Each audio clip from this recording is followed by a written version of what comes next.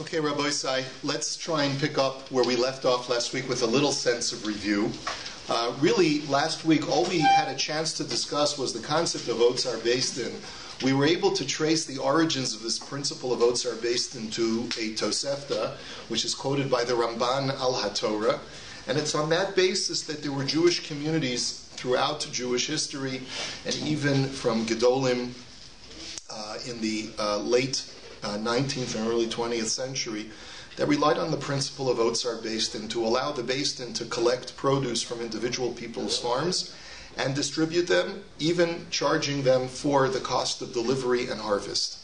Okay, that's the principle of Otzar based in. What we learned last week is that there is no uniform regulation of Otzar based in. Each Jewish community in Eretz Yisrael has its own standards of what is called Otzar based in, and therefore, when traveling to Israel, one has to be very careful to do research and make sure that just because something is called Otzar based in does not automatically mean that it would be considered acceptable to everyone's standards.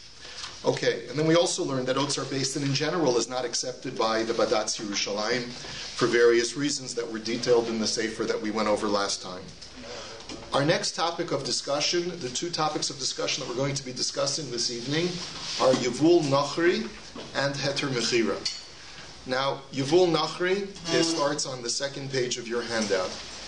And it seems from the Rambam that produce that is growing on the field of a Gentile, even though that land where the produce is growing is inside Eretz Yisrael proper, there is a change to the status of the produce by virtue of the fact that it is owned by a non-Jew. The Rambam in source number 5 therefore tells us in Hilchos Shemittah, in Perek Dalet of Hilchos Shemittah, Akum shekana karka be'Eretz Yisrael, that if a Gentile purchases land in Eretz Yisrael, v'zara b'shvius, and he plants on that field during the Shemitah, Peruseha mutarin, the produce of that field is permissible. Now, that would seem automatically that the produce is okay to consume. But does the produce have the status of Kedusha Shvius or not? Now, this is the source of a lot of debate in what the Rambam actually means. When we look at the Kesef, we saw the Kesef Mishnah last week, and the Kesef Mishnah, Rav Yosef Karo, understood that when the Rambam says that Peroseha Mutarin, he means that the fruit does not have Kedusha Shvius at all. It's not considered to be Shemitah produce whatsoever. And that was the way he read the Rambam. However, as we'll see in just a moment, there's more than one way to read the Rambam. And I bring you now to a historical debate, if you turn the page, that existed in the 16th century between the Mabit and Rav Yosef Karo. And as you see, the Mabit is Rav Moshe ben Yosef Trani. He was born at the beginning of the 16th century in Salonika.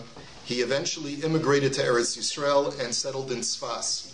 Well, what a coincidence. Who else do we know was living in Tzfas in the 16th century? Rav Yosef Karo. So he says, he studied under the Ma'ari Beirav and served in Rav Yosef Karo's rabbinic court in Tzfas. So they clearly had interaction with each other. But when it came to the laws of Shemitah, there was a milchemes mitzvah. There was mamish really a battle over the halacha of Shemitah between the Rambam and the Mabit on this very issue of Yevul Nochri, of produce that's grown by a Gentile inside Eretz Yisrael. We obviously, there are many, many pages of tshuvas that are written both by the Mabit and Rav Yosef Karo.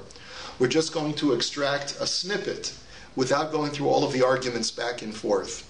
In source number 7, the Shilas Tshuvas Mabit writes as follows: Ma'aseh yadai higadati zeli chavches shanim. I hereby tell you what my practice has been these past 28 years. Mishanas Hey Reish Tzadi Bais at Shnas Hey Shin Gimel Yud Ches, which, if I'm counting the years correctly, it's from 1532 until 1561. Shenos Daled Shemitos. These were 4 Shemitahs that I've been living in Eretz Yisrael over the last 28 years. Uv'chol shmita u'shmita lo shamatati atzmi melihisasek ula'ayin b'inyan dinei shmita b'peiros ha'gedelim b'karka shel goy be'eretz Yisrael. During that entire time, I have devoted myself to studying the laws of Shemitah, and specifically, what is the halachic status of produce that's grown by a goy in Eretz Yisrael. V'im nismarchu al yidei Yisrael im yihiyu chayovim b'trumos u'maisros.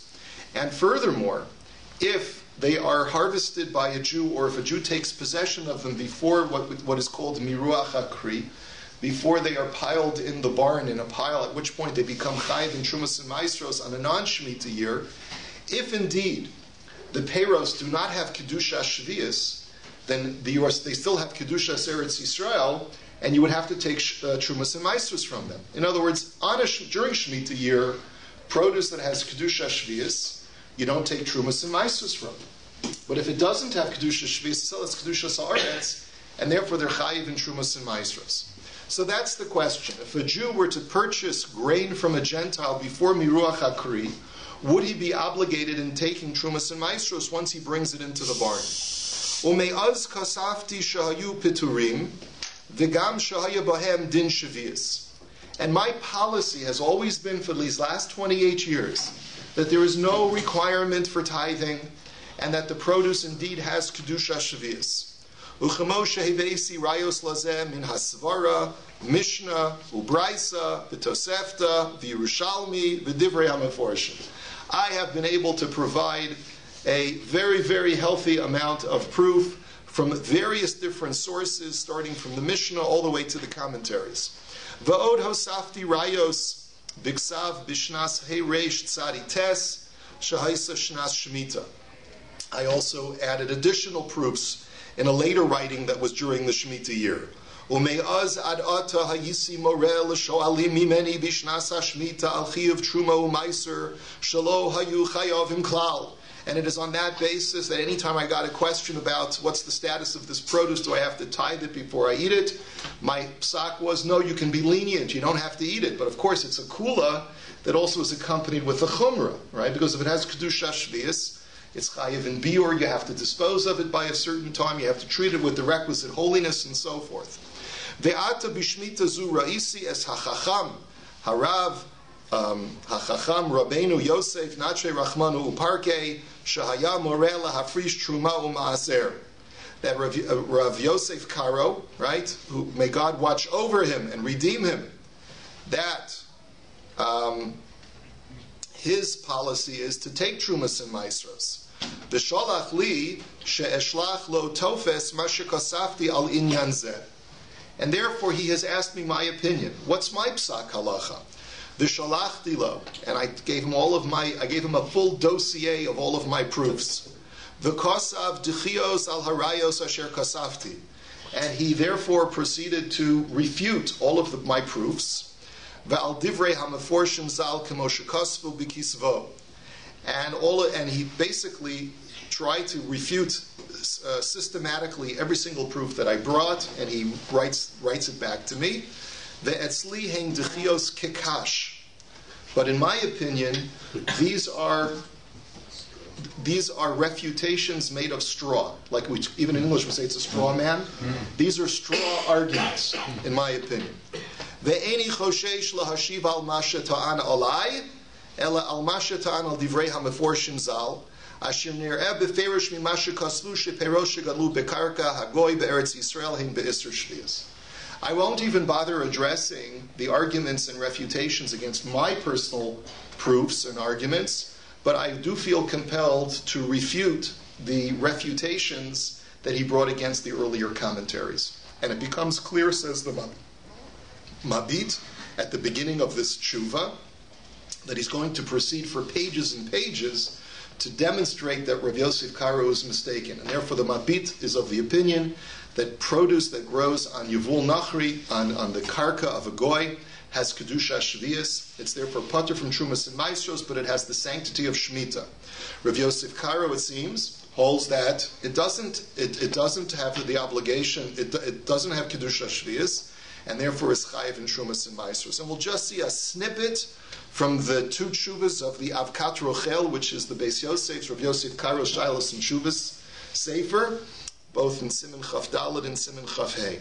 He says, Kol zel lashon harav kemuharar Moshe Mitrani reish Rachmoni Natre Uparke. That first he quotes the Mabit. Okay, very respectful. Va'ani Yosef Karo lo nichshuru be'inai divrei hachacham hanizkar v'hinini omer. And after he quotes the Mabit, he says, in my opinion, he is mistaken, and I say as follows: Ki ze esrim shana ra'iti. Mashakatav harav Shlomo Sirilio zal linhog din shvius beperos hagoyim hagdelim ba'aretz. That it's been 20 years that I've noticed that one of the Gedolim in Eretz Yisrael, his name is Rav Shlomo Sirilio, has assigned the kedusha shvius to the produce of goyim that grows in Eretz Yisrael. V'ro'isi rayosav v'zelashoni mashakosafti az ra'isi. That, and I've seen all of his proofs. And I therefore say what I believe to be the truth, and I'm going to explain to you what I've written. Azraisi mashatan b'kundreso linhog dinei shvius beperos hagoyim hagdelim ba'aretz. That I've seen in his kuntras, I've seen in his notes, his psak, that you have to comport kedusha shvius to this produce. V'lo nirali sheyesh b'rayosav kedei lavatel minhag hakadmodim shelo nohogu kain. He says, I don't feel that the proofs that he presents are strong enough to dismantle the long-standing custom in Eretz Yisrael to treat them without the kedusha of shvius. Dema shehevi raya midetanya b'tosefta in mochrin v'lo lochin min hagoy perosh shvius ikalameimar dahainu davka b'perosh hagadlu b'stei Yisrael. And he starts on his proofs. We'll just get just one proof. He says, he quotes from the Tosefta that says that you're not allowed to sell or purchase produce from a goy during Shemitah, and because it has kedusha shvius. So doesn't that demonstrate that a goy's produce has kedusha shvius? He says no. It could be referring to the produce that a goy purchased from a Jew's field and then is reselling it. So you have no raya from the Tosefta. Except one problem. That's not a chiddush. In other words, the goy buys it from the Jew. There's no havamina to say that kedusha shvius falls off. Sure there is. What if it's svichin? That's the issue. Are you allowed to be nene from Svichim during Shemitah? You're not allowed to consume Svichim during Shemitah. Okay, again, but if you have a Jew's produce that is bought by the goy, you might have argued that the goy, acting as the middleman, removes the Yisur D'Rabbanan of Svichim. So maybe that's the way he learns it. You'd have to go through the whole tshuva to really understand his whole point. Achar kach kosbeli mirushalayim tibana vesikonen b'mheira b'yameinu amein ki kain minhaga mimekedem lahafris truma u'maestros b'shvius miperosh zora hagoy b'sadehu v'nismarchu b'yad Yisrael u'chemoshe kasafti v'hin hagti.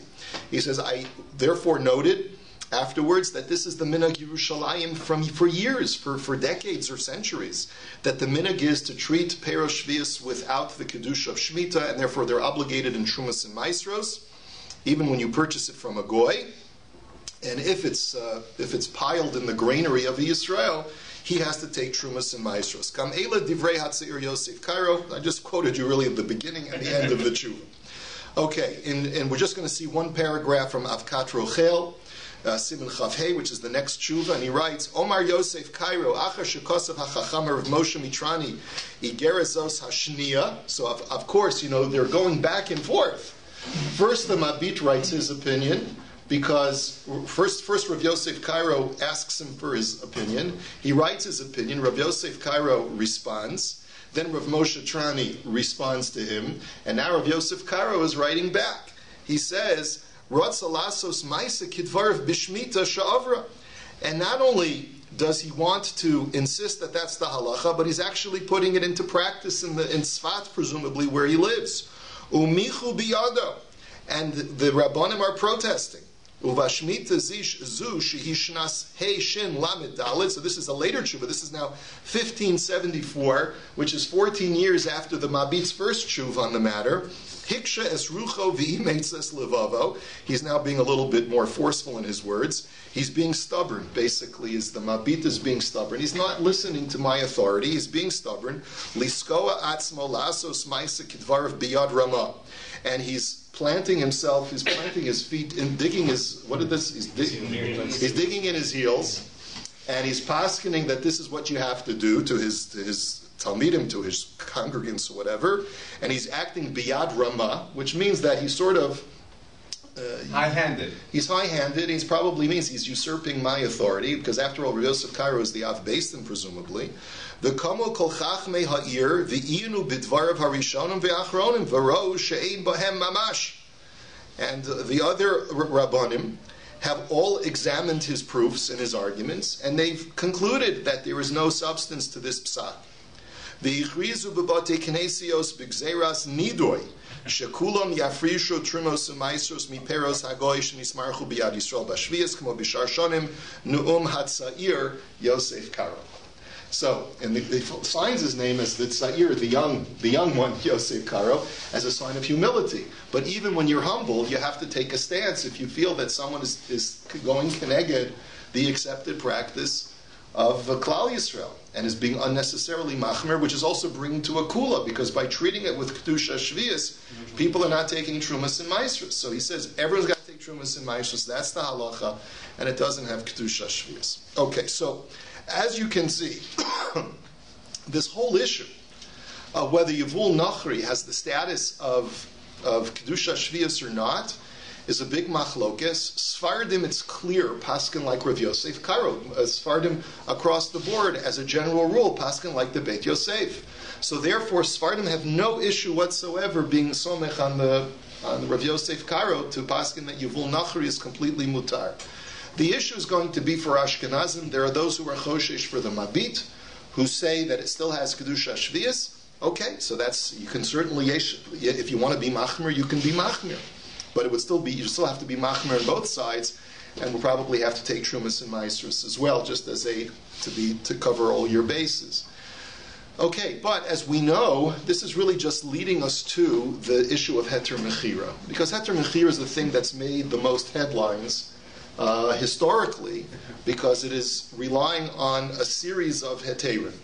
It's not only relying on the fact that we paskin like Rav Yosef Cairo, that the produce of a Nochri does not have kedusha shvius, but it also relies on the principle that if you sell your property to a goy right before Shemitah, just like you sell your chametz to a goy right before Pesach, then you're obviating the problem of kedusha shvius. Okay. Because what's wrong? What's the difference? Conceptually, it makes a lot of sense. You sell your chametz to a goy before Pesach, and it could be right there in your closet, and you put a little string around the handle, and it's mamish chametz right behind the door, and I'm still not over on bal yirah and bal yimatzeh. And so conceptually, it's the same thing. I sell my real estate to a goy; it's mamish right there. So, but it's not mine anymore. So therefore, whatever grows on that field should not have kedusha shvius, according to the Beis Yosef. Yeah. Conceptually, it's not quite the same, though. Okay, we're going to get to those differences. I mean, for one thing, in chametz you have bittul, which is works by raisa, but you don't have anything similar. Very good. Very good, Reb Shmuel. Yeah. Okay. Very good. What about the difference? One is a sale and one is a rental. Well, they're both sales. I think they're both sales. It's a sale. It's a sale for a certain period of time.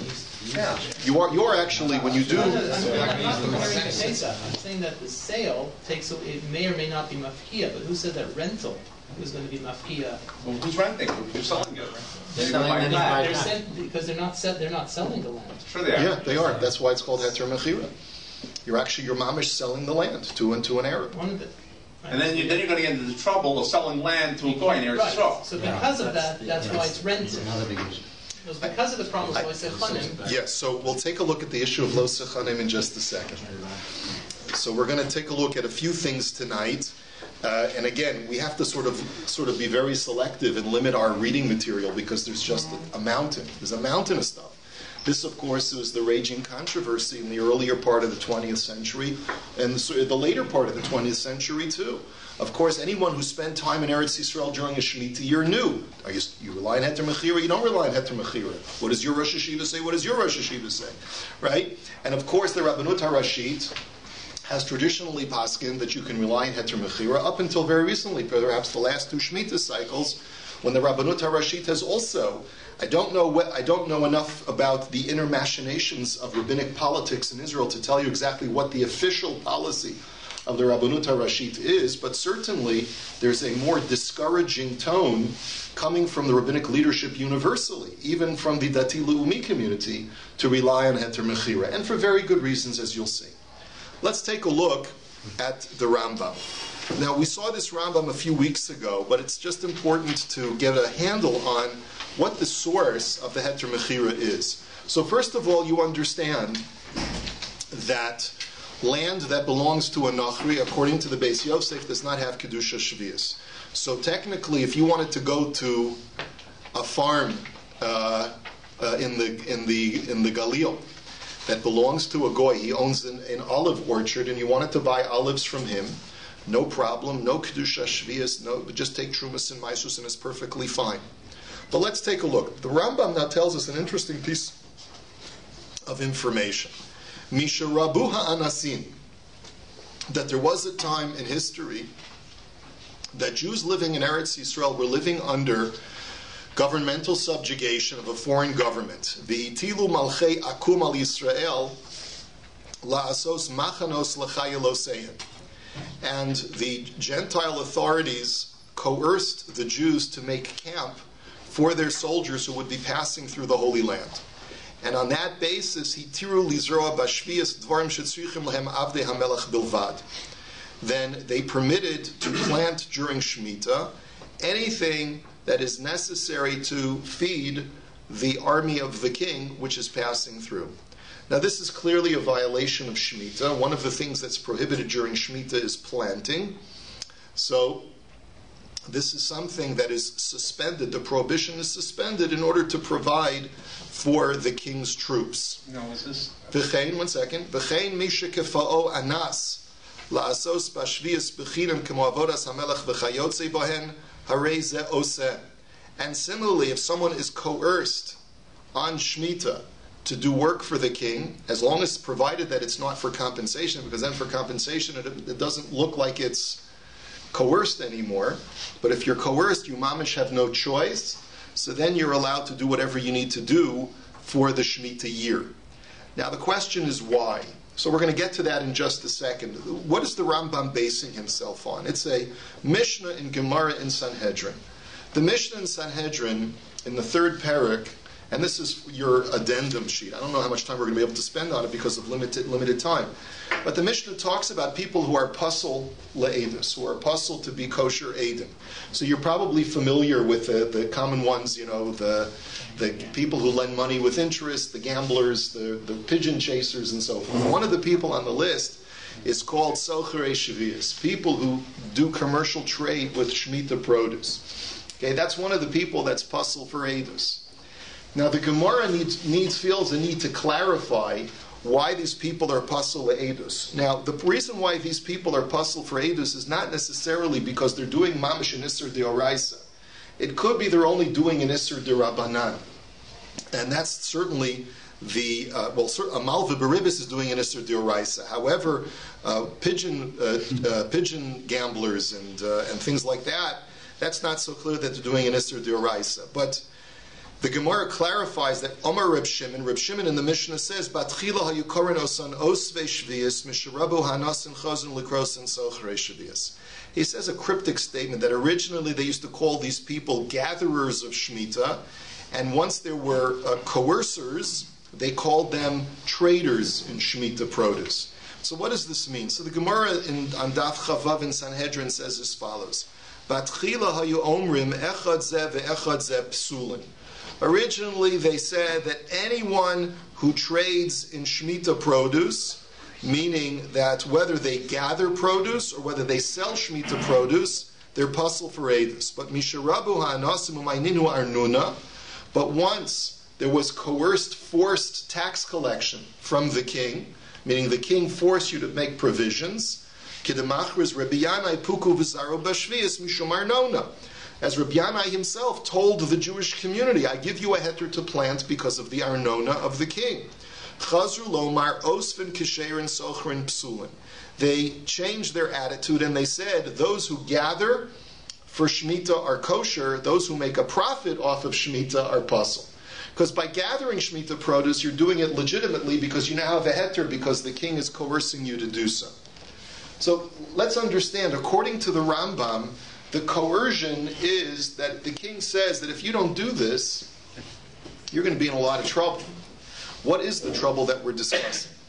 And this is really the controversy. Rashi says that it's the king's army that is coercing you to feed the soldiers. But if you look at Rashi in Sanhedrin, you see a totally different story. Rashi says that the arnona is a mas shegova hamelech min hatvuos kach v'kach kurin min hasada l'shana. It's not a coercion that the king is forcing you to feed his army that's traveling through the territory, but it's a financial tax that the king forces you to pay a certain tax, and if not, he's going to confiscate your field, or you'll stand to incur a huge financial penalty from the king. Now, there's a huge difference between the two, right? The first one is by penalty of death, you could potentially lose your life if you don't feed the army. The second one is the CRA, right? CRA is going to charge, you're going to place heavy penalties on you if you don't pay the tax. Now, one is pikuach nefesh potentially, and the other one is just the hefsed mama. So, which one is it? And this is a very important issue. So, Tosfos over there points out, he says, "V'im tomer umishum arnuna hitira lachrosh v'lizora dahav yisura midioraisa." He says, just because you're going to lose money by not paying your taxes in a timely fashion, you're allowed to commit an isur dioraisa of planting during Shemitah. So, Tosfos answers, he says, "V'yesh lomer demari b'shvius bizman hazeh derabanan." So one answer, says Tosfos, is that we're talking about Shemitah derabanan, because Bisman Hazeh, Shemitah is only miderabanan. And therefore, when it comes to a hefsid meruba, when you stand to incur a large, significant loss of money, the rabbis suspended their prohibition of Shemitah, because Shemitah is only Bisman Hazeh derabanan. Now, this has amazing repercussions, because based on this, when there are going to be major financial losses for the Jewish community, if Shemitah Bisman Hazeh derabanan, we can suspend all laws of Shemitah and certainly rely on certain mechanisms which may not be so ayayay. Okay? So this is really the foundation of where we're headed for the Heter Mechira. That's Tosfos' first answer. What's Tosfos' second answer? Tosfos gives a second answer. He says, Inami yesh lomar de pikuach nefesh hu sheshoa lahem hamelech mas ve'en lehem ma yifra'enu umesim betfisas hamelech v'hachi itmar b'Yerushalmi mishum chaye nefesh. But the second answer, says Tosfos, is what the Rambam was saying, which is he holds, the Aruch LaNer says that the Rambam holds like the second answer in Tosfos. And that is, we could even be talking about Shemitah D'Oraisa. But what we're talking about is that if you don't if you don't feed the army, they're going to kill you. And therefore, nothing stands in the way of pikuach nefesh. You say, mamish, you have to do this in order to save your souls. So you cannot infer from this Gemara any such halacha that the laws of Shemitah are suspended midirabanan when there's a hefsid involved, when there's monetary issues involved. But according to the first pshat, you can. Now it turns out that the Ravid on that Rambam seems to be holding like the first explanation in Tosfos and Rashi. Because the Ravid says, Amar Avraham, Anu kibalnu ha'anasim arnuna shenotel hamelech chomesh mi peros ha'aretz, umi she'eno ovda gozlin osam imenu. The Ravid says, like the way Rashi seems to learn, is that our tradition is that the tax that the Gemara is talking about is not that an army is passing through your land, but rather that the king charges 20% of your yield to the king. And if you don't pay a 20% yield of your produce because you don't have any produce that year, the king basically confiscates your property. So that's the issue that we're dealing with.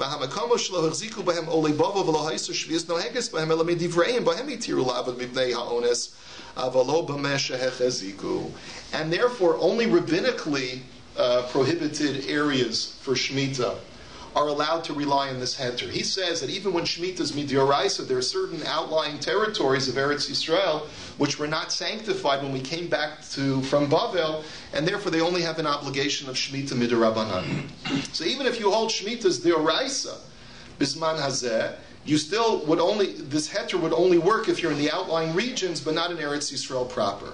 We saw a few weeks ago the big debate in the Kesef Mishnah, who seemed to have retracted over the course of his life whether the Rambam holds that Shemitah bisman hazeh is deoraisa or derabanan.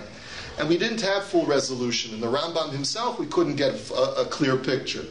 And we suggested at that time that maybe the Rambam himself was really part of this obfuscation because he didn't want to reveal that Shemitah bisman hazeh is deoraisa because of the arduous conclusions that one would have to be forced to make as a result. But in any event, we see very clearly here that if you hold like the Rambam, you have at least a foundation to allow you to be makel when Shemitah is only midorabanan. That when there's a financial hardship, you can be makel completely on Peiros Shavios. However, if you learn like the Ravid, or if you learn that bisman hazeh Shemitah is deoraisa, then you have no such dispensation. Let's take a look at the Shailas Tshuvos of the Netziv, called Meshiv Davar, and let's see what the Netziv has to say. Once again, this is part of a much, much longer tshuva from the Netziv. So we'll just pull out a couple of snippets from it. In source number 12, the Netziv writes as follows: Va'afilu limkor la'ovdei kochavim de'efshar lomar deles behu mishum lo sechanei mishum da'arviyim einam ovdei avodah zara. So first, Lazer, he deals with the issue of lo sechanei. He deals with the issue of lo sechanim. He says, number one, you're not allowed to give away portions of Eretz Yisrael to Goyim, but that's only Ovdei Avodah Zarah. So maybe you could argue that Arabs are monotheists, and therefore there's no isser of lo sechanim to sell a piece of property to an Arab. Mikol makom hali Yisrael asur lacharosh afilu b'shel Ovdei Gelilim. But let's be real here. Then it would not be permitted for a Jewish farmer to work the field. With the only heter would be to sell it, and therefore it's not mine, but I'm still not allowed to work it during the Shemitah year. And furthermore, we can only start bringing out voices of Heter if we paskin that today Shemitah is derabanan. But I've already paskined, and the Netziv, by the way, is in the minority on this matter. Most poskim of the 19th and 20th century have paskin that Shemitah bisman hazeh is derabanan, as did Rav Yosef Karo himself. But the Netziv holds that Shemitah bisman hazeh is deoraisa, even before there's even a question of a Jewish majority in Eretz Yisrael. And we're skipping, of course. He then deliberates whether a Jew would be allowed to work on a Gentile field in Eretz Yisrael. There's no heter whatsoever. And not only that, there's a chilul Hashem. He says, what about the Gemara that says that Rabbi Yanai gave a heter? When there's financial loss involved, he said you can go ahead and plant during the Shemitah year. He says, Kvar nemru barishonim zal. He says, the Rishonim have dealt with this Gemara. He says, and even if you learn that according to the Rambam, now remember, we learned in the Rambam that it wasn't just the Mas HaMelech. We learned in the Rambam that, like the Aruch Laner says, and Tosfos says, that it's because your life is under threat. But he says, even if you're going to learn like within the Rambam, it's only a tax. He says, Mash malid desvirle de lo asra Torah elakadei asifa legoren dahainu laachila masha enkein bishvil arnona. If your whole purpose of harvesting is to be able to deliver it directly to the king, so then that's not called the Isser of Charisha, that's not called the Isser of plowing. It's only Isser to plow Peiros Shavios midioraisa if you plow for the sake of bringing it into your own granary or to your own warehouses. So that would be how the Rambam could get around it as well. He says, V'hinei bizman sheyashvu b'nei, now as it gets into the real, charif stuff, he says, V'hinei bizman sheyashvu b'nei Yisrael al admasam, haya mitzvah zu kasher harbei me'asher ata. He says, let's go through a historical review of Jews who have lived in Eretz Yisrael from centuries ago until today. They had it much harder than we have it today with the new Yishuv. He's writing in the late 19th century when Jews are coming back to Eretz Yisrael. He says in past centuries, you didn't even have the option of buying from the Jordanians or other Arabs around you. Nor did we have benefactors in Chutz La'aretz who would send us money to be able to afford to survive during Shemitah, which we do have today. Umikol makom berabu v'tanchuma reish parshas vayikra dekori l'shomrei shvias giborei koach osei devaro. He says, I note that the Medrash says that the pasuk of those of mighty strength who do the will of Hashem, you know what that refers to, says the Medrash? He says that's referring to people who observe the mitzvah of Shemitah. Mefaresh mahu agvura. So the Medrash asks, what is their great strength? Chazi sadehu biyurei karmi and karmi biyurei v'yoyev arnuna v'shasik. He sees his field laid to waste, his vineyard laid to waste, and he gives the tax to the king, and he's silent. He doesn't do anything. In other words, he's able to completely relinquish his field. Uvetanchuma isa roes sadeu mufkeres, ailonosav mufkarin, vahasayogan mefuratzin, perosav necholim, v'kovesh yitzra v'shosek, v'zeu gevura. The Tanchuma says a similar idea. He says a man sees his field completely hefker. His trees are completely hefker. The fences have been broken down because you have to keep your fences open. He says all of his produce is eaten, and he doesn't lift up a finger to stop anyone. That's a gibor, right? And he says, "V'lo chashav minias charisha uzriya legvura." He says, not plowing and not planting, that's not the gevura. That's expected that you're not going to plow and you're not going to plant during Shemitah. The gevura is to look at everything taking place, of the hefker taking place, and not saying a word. Mishum demotzi be'eretz Yisrael heder gishmei hashana. He says, you know why it's no challenge not to plant and not to plow during Shemitah? It's because there's a phenomenon in Eretz Yisrael that every Shemitah year, it simply stops raining. So the farmers know not to plant and not to plow during Shemitah. And he says, in the past, history has shown us that there's not even enough water for drinking water during a Shemitah year. He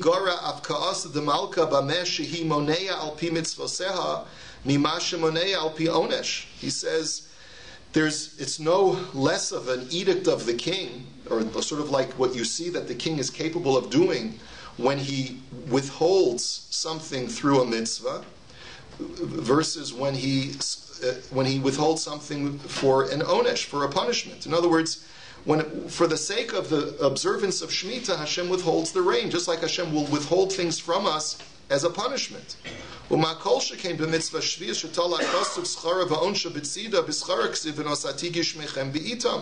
That Hashem says that if you observe the laws and you observe Shemitah, then I will give you the rain in its proper time.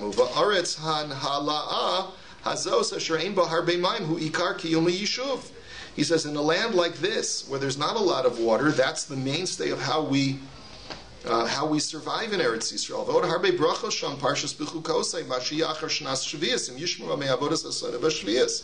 That Hashem will give us plentiful rain in the year after Shemitah, if we observe Shemitah. Even during the Shemitah year, the earth will give forth its fruit without you having to cultivate it, and everything will be great. So the bottom line is, says the Netziv, you have to be giborim. He says, you think it's so hard today in the 19th century? It was even harder in centuries past, when we didn't have the same accommodations that we have today of benefactors in Europe supporting us, and the opportunity to purchase produce from Jordan. There wasn't even a Jordan back then, but from the Arabs all around us, right? So we shouldn't complain. That's the Netziv. Now, so far what we've seen is that the Netziv holds that even Yevul Nochri, you can't even be Samecha.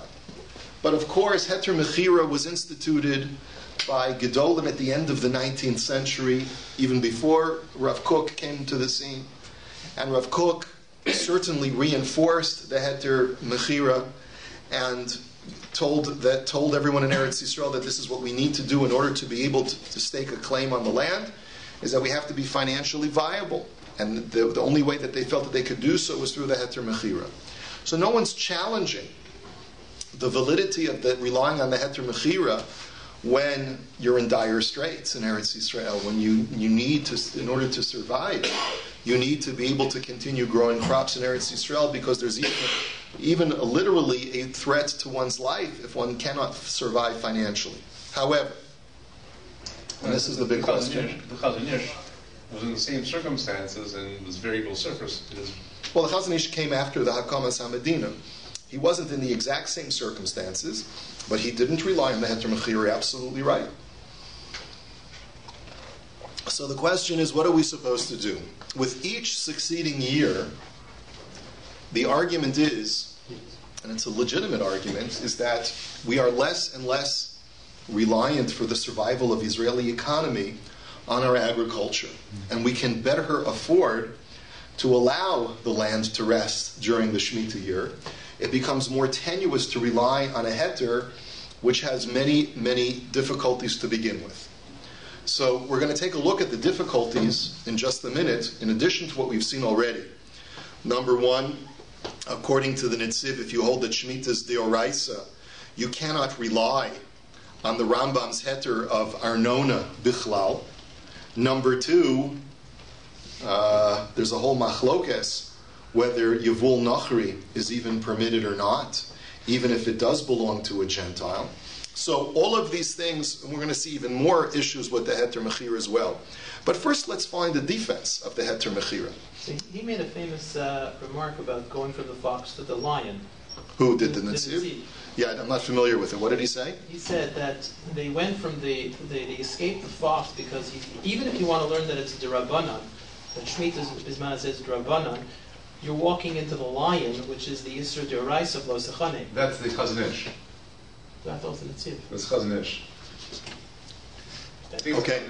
Okay, I'm not familiar. I'm not familiar. Pretty sure it was Okay. We'll let you guys we'll let you do the research. Okay. But that's okay. Okay. You saw the Netziv was docha the issue of Lo Sechanim. He felt that if they're monotheistic, then you don't have to worry about it. Okay. Take a look at Rav Bakshi Doron's tshuva. This is a relatively recent tshuva. Rav Bakshi Doron, as many of you know, was the Rishon LeZion, who was the chief Sephardic rabbi in Israel over a decade ago. And he writes, maybe 20 years ago, I don't remember exactly the years, but he writes as follows. He says, Ella mispar hachaklaim hamitparnasim me'anaf zeh. He says, take a look at all of the farmers who really are financially reliant on this branch of industry, which is farming. Sheyovdu et mekor parnasatam. They're going to lose their parnasa for an entire year. We have to be concerned about all of the farmers. Lo rak lishnas hashmita, and this is not just for Shemitah, because to let your land remain fallow for an entire year is not just going to affect you for 1 year. It's going to affect you for at least 2 years, if not more. Ve'ilu hashe'ela hayta rak kalkalit legabe otam anashim haya makom shelo lehakel v'livtoach al birkat Hashem l'shomrei sheviyit. He says, if this was only an issue for the farmers, okay, they're not going to have a parnasa. So we could say, all right, have bitachon, rely on Hashem during the Shemitah year. You know, it's very easy to have bitachon on someone else's cheshbon. I'm not a farmer. So the farmer comes to me and says, but Rebbe, what am I going to do? Have bitachon. Have bitachon. Right? You can't, that's inappropriate, right? But I think maybe he's sort of saying that in a tongue-in-cheek fashion. He says, Ulam barur lanu me'al kol safek shechelek gadol me'hachaklaim ba'aretz gam im lo natir lahem yavdu et hakarka b'shevi'it bi'isur. He says, one thing you have to be mindful of. He says, if we don't give a heter, find some loophole to allow farmers to work in a mutter dika fashion using the heter Mechira, well, you think they're all going to listen to us? They're going to work their farms anyway. Right? He says, "V'yesh b'neihem chelek nikar shel chakleim datiyim u'mesoratiyim sheyasu zot lamrot ritzonam shelo la'avor yisurim." He says, and not only that, but a certain percentage of farmers are going to be dati, and it's going to be too big of an nisayon for them to be able to withstand to have to see their family suffer. So even despite their desire to be observant, they won't be able to be. So we have to give them a petach. Now, even using Rav Bakshi Doron's argument, I want you to understand something. You know, we have this principle in kashrus. When I lived in Los Angeles, there was a rabbi who would give a hechsher to different institutions and restaurants that no one else wanted to touch. Right? Why did no one else want to touch him? Either because the proprietor was not a Shomer Shabbos and wasn't prepared to hire a Mashgiach Tamidi, or because they were open on Shabbos and they had to do some kind of Heter with a Heter Mechira for taking a partner on Shabbos, you know, or because they didn't get glatt meat, you know, for a whole variety of reasons. But he felt, you know what, I got to find any Heter that I can in order to get this guy to become kosher. Why? Because the majority of his clientele are secular Israelis, right? They live in, this neighborhood, that neighborhood. And if I don't give a hechsher, he's going to become mamish chazer treif, right? It's a good argument. It's a very valid argument. But what does that say about the Yirei Shamayim? Could we say, well, because it has the stempel of the Rabbanut, it has Rabbi so-and-so's hechsher, then it's okay for us to go eat there? No, he's relying on certain heterim that the other, like say, higher standard hechsherim are not relying on. So that doesn't, in other words, maybe it's l'shem shamayim, because shkayach, you're l'shem shamayim, you're making sure that people who are not from are going to be eating kosher food with a modicum of kashrus. But that doesn't mean that we should rely on that as well, you understand? So he says, so let's go on. He says, "V'harabbanut al yidei heter hamachira me'afsheret lahem shelo la'avro mitzvat hashviyit." He says the Rabbanut enables these people to observe Shemitah properly. He says, "V'hinei nachon sheheter hamachira shehunhag al yidei harabbanut harashit bizman hagariya kuk zatzal husam hadagesh al pikuach nefesh shel kiyum hatoshavim az." He says, I will grant you that the original heter for heter mechira, when it was in the times of Rav Avram Yitzchak HaKohen Cook, was predicated very heavily on the fact that it involved pikuach nefesh. Because without produce and growing in Eretz Yisrael, people would mamish die. He says, "Va'al mitzvat yeshivat Eretz Yisrael shelo hayta yichola lihitkayim al yedei hachaklim b'li heter mechira." There was no way to live in Eretz Yisrael at that time without relying on heter mechira. Ulam hame'ayin ba'ketuvim yivakach shezu lo hayta asiba yechida sherak biglala hutra mechira. But if you look carefully at the literature, says Rav Bakshi Doron, you'll conclude that that's not the solitary basis for the heter. It's not like the heter was only given because it's pikuach nefesh. There were a number of reasons given, and one of them is pikuach nefesh, but there are other reasons as well.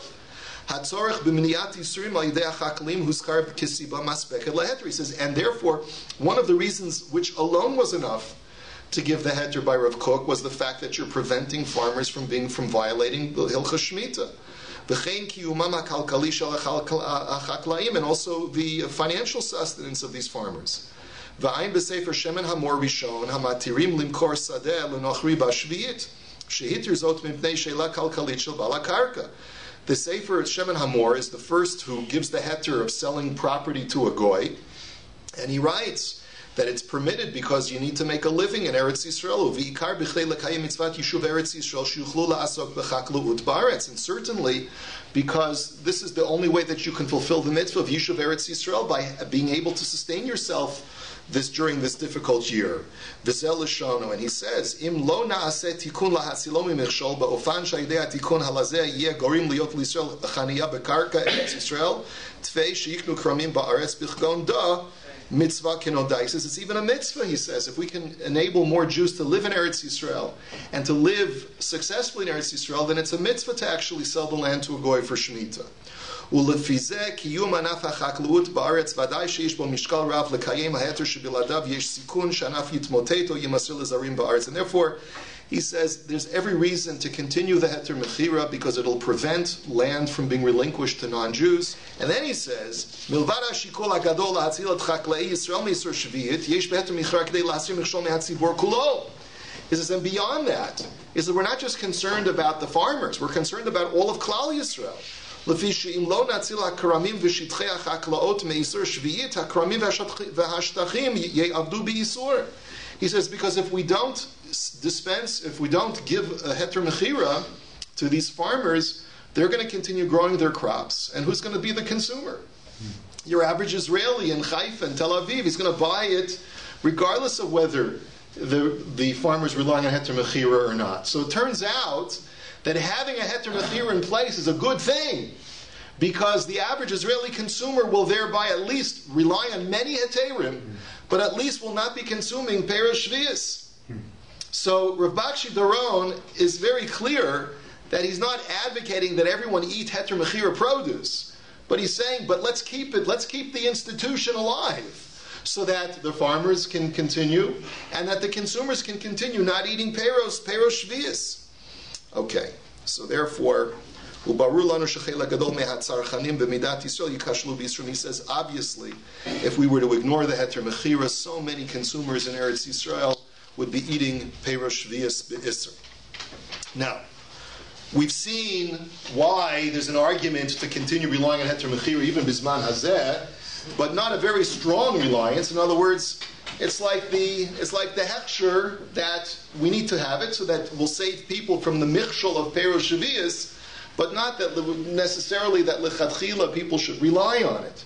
So what is so objectionable? So we've seen already that already in the times of the 16th century, there were people who contested the Beis Yosef's argument that it doesn't have Kedusha Shvius if it belongs to a goy.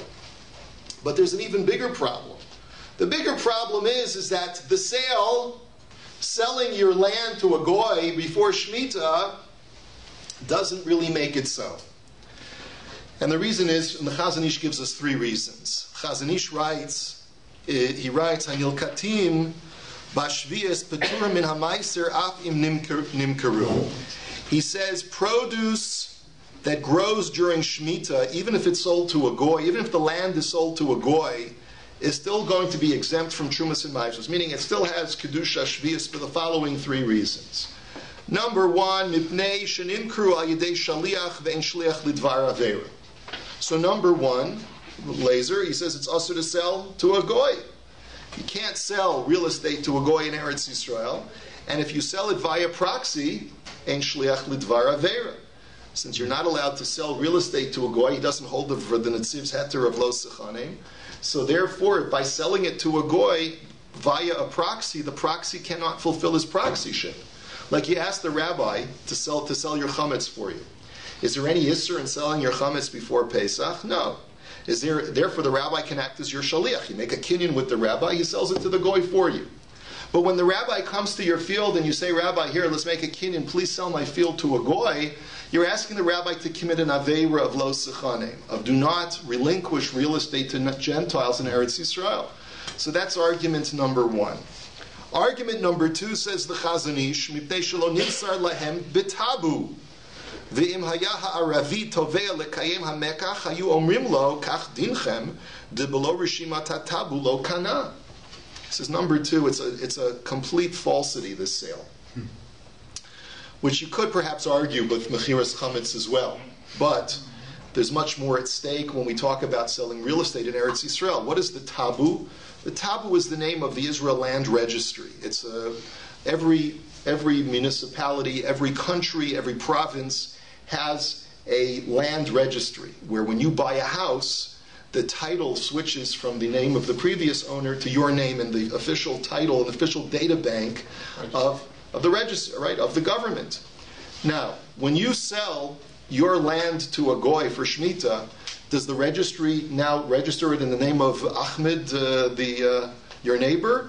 Of course not. It's still registered in your name. Right. It's still registered in your name. No right? field owner would change the title. Right. No one's going to change the title. No one would do it. And therefore, if the Arab were to take you to court and say, I'm not interested in selling it back to you, he wouldn't have a case in court. Now, could you make that argument for Mechiras Chametz? Perhaps. But there are cases that it's been tested. Now, third argument, the Chazon Ish says, Mipnei shebalev kol adam she'eino kinyan emet. He says everyone knows that this is a falsity. This is this is not a real sale. He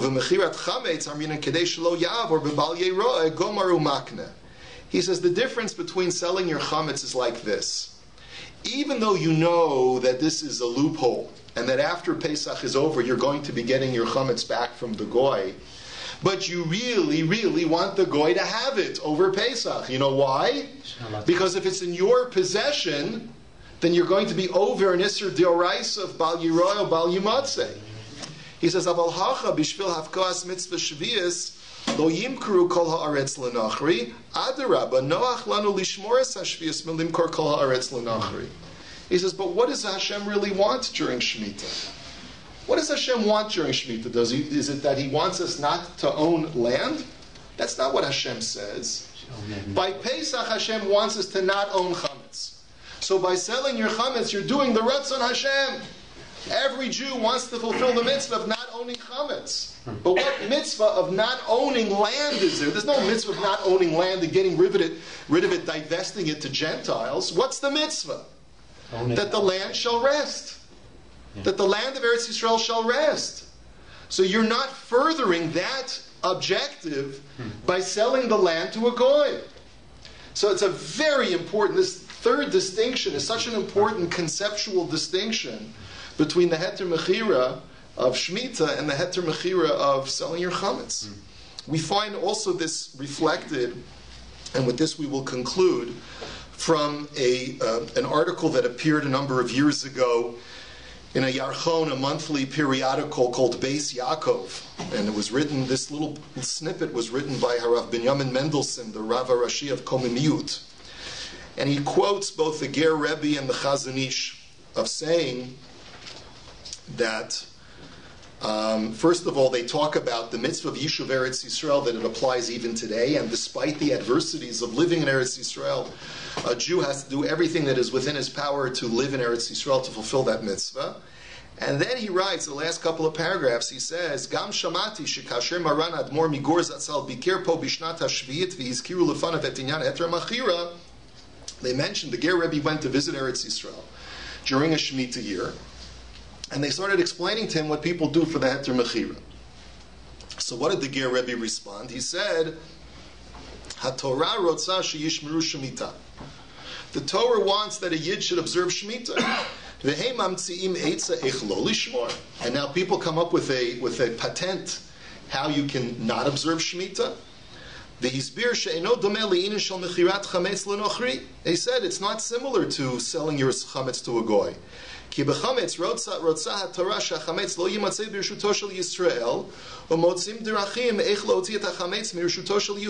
Torah taka wants that the chametz should not belong to a Jew, and therefore we find ways to remove it from his possession. Admot Yisrael yishbatu b'shana hazot. But during Shemitah, what does the Torah want? The Torah wants that the land should rest. Al kain ein lechapes eitzot shelo lishbot b'shvit. And therefore you shouldn't seek out eitzes how you can get the land to not rest. You're doing exactly the opposite. And then he quotes from the Chazon Ish, which we just read. Umaran Chazon Ish pa'al ve'asak harbe kedei lahashrish halacha lama'aseh et inyanei hamitzvot hatliyot ba'aretz u'biprat ha'ag v'tarach b'inyanei shmirat shvit. The Chazon Ish was very, very involved in this to make sure that as many Jews as possible would be observing Shemitah. V'anu mekavim shehayom b'tkufat ha'hester be'im nishmor Shemitah kilchata k'divrei Chazal titkarev ha'geula ha'shlema. We hope that through our observance of Shemitah, we will get the geula as quickly as possible. So, in any event, I think what we see from here is, look, we saw previously that it's clearly the Torah's objective that the land is supposed to rest during Shemitah. And we also know that the Navi decried anyone who, if Klal Yisrael, when they don't observe Shemitah, what does it say in Divrei Hayamim? We went over this pasuk a few weeks ago. It says in Divrei Hayamim that they were exiled for 70 years in order to be able to fulfill all of the Shabbatot, all of the Sabbaths, the sabbatical years that they didn't observe during their hundreds of years-long sojourn in Eretz Yisrael. So the key to our holding on to Eretz Yisrael is for the land to rest, not to find ways to circumvent Hilchos Shemitah. And it's for that reason that this whole variety of commandments of enabling us to be able to harvest the crops and still hold of Shemitah, all of them are problematic unless we actually treat the produce with the sanctity of Shemitah. We fulfill the mitzvahs of Biur, and we make the fields hefker and all of these other things. There is now a new movement called Keren HaShvius, which you'll be hearing about more and more as the months ensue, which is being pushed very much by the Haredi community, but which is something that has appeal across the board. And Keren HaShvius basically is a fund that goes out to the community, to all Jews around the world, and says, donate to farmers. Help the farmer who wants to observe Shemitah Kihilchasa. Help him be sustained with dignity during the Shemitah year. So you can give whatever donation, large or small, to Keren HaShvius, and this way you're able to help a farmer. And I had someone in my office a few weeks ago, a farmer, a dati leumi, not a guy with payas, a guy with a knitted yarmulke, who says, this is the first year when I'm holding Shemitah, Kihilchata. I'm letting my field be hefker for the year. I'm not working the field. And he says, you know what? I feel wonderful about it. And I'm acting as a spokesperson for Keren HaShvius because I want the world to know about it, that this is what the farmers of Eretz Yisrael really want to do. And in this way, we'll be able to bring the Gula faster. That helps the farmers, but what about the average Israeli who the prices go up on the go? Well, do the prices go up or do the prices go down? On certain types of produce, you're absolutely right, the prices go up. But if we observe Shemitah properly, then fruit prices should drop significantly.